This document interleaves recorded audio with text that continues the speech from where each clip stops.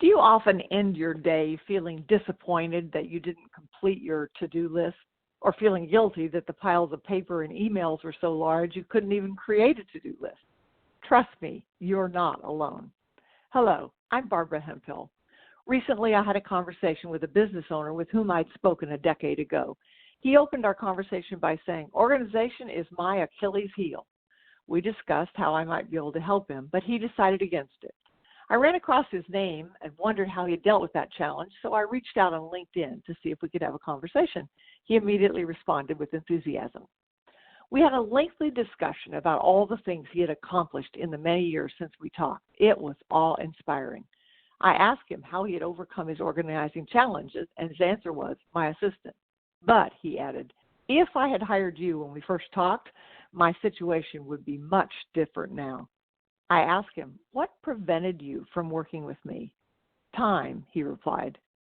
We often use time as an excuse for not accomplishing all we desire. Here are 5 myths about time management. Number 1, I just don't have the time.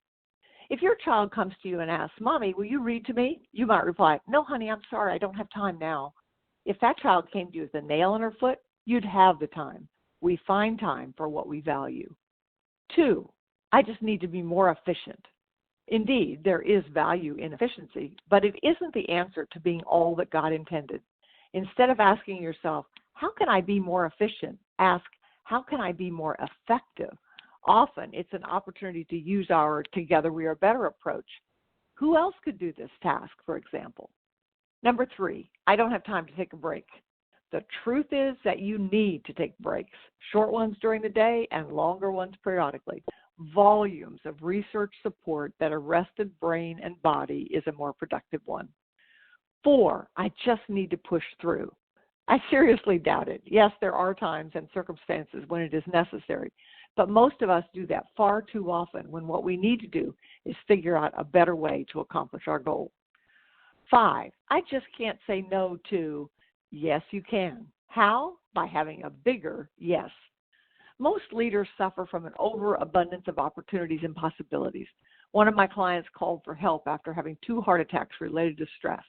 After we worked together, she reported, "My to-do list means everyone hesitates to ask me to do something since they know it will delay something else on my list."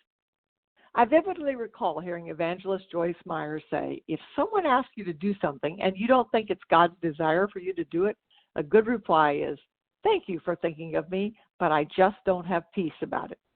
I wish you all a profitable, productive, and peaceful week. Thanks for listening.